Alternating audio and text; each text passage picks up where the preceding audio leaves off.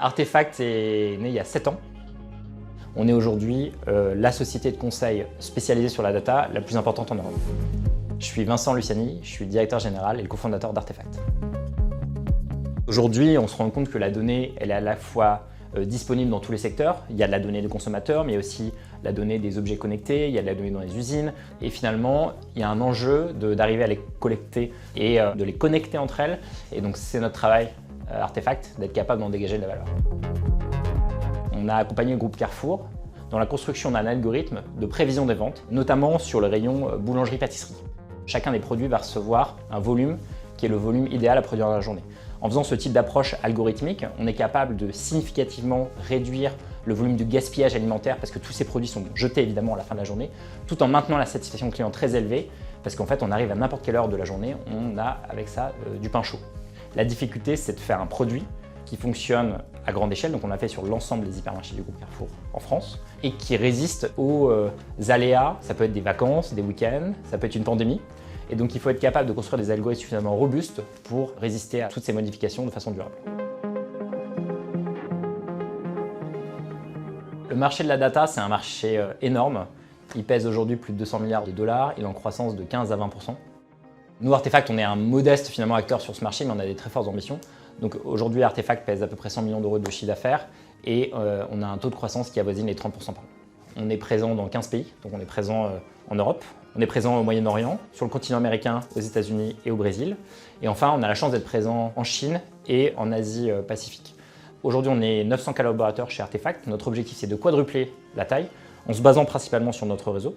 Le principal défi qu'on a aujourd'hui, c'est qu'on a du mal à recruter. Il y a une vraie pénurie de talents sur le marché. Aujourd'hui, c'est ça qui nous limite. C'est-à-dire on a beaucoup plus de projets que ce qu'on peut réellement réaliser. Alors du coup, l'année dernière, on a lancé la Artefact School of Data, dont l'ambition est de former la nouvelle génération de data leaders. L'objectif est double, donc déjà on a un programme B2C, c'est-à-dire que tout un chacun peut venir postuler à l'Artefact School of Data pour apprendre ces nouveaux métiers de data analyst, data scientist, data engineer, etc. Et en parallèle de ça également, on forme du coup les collaborateurs de nos clients à mieux appréhender les enjeux autour de la donnée. Et puis on se rend compte aussi qu'il y a un enjeu au global de démocratisation de l'accès à ces métiers. Et ça sans fracture effectivement géographique, générationnelle, sociale, etc. Pour que tout le monde puisse avoir accès à ces nouveaux métiers qui sont fortement porteurs. On a pensé que le moment était venu pour Artefact de se rapprocher d'un acteur dont la spécialité c'était justement de nous accompagner sur la croissance externe. En fait, Ardian, c'était pour nous un choix qui allait de sens. Déjà, il y a eu un fit humain avec les collaborateurs d'Ardian qui était très important. Et en fait, on était alignés sur ce projet de développement externe, finalement, parce que notre secteur, le secteur de la data, est en train de se consolider. Et en fait, Ardian et Artefact étaient vraiment alignés sur l'ambition, finalement, d'aller structurer ce marché en consolidant et en rachetant des entreprises qui étaient alignées à la fois sur nos valeurs et sur nos métiers.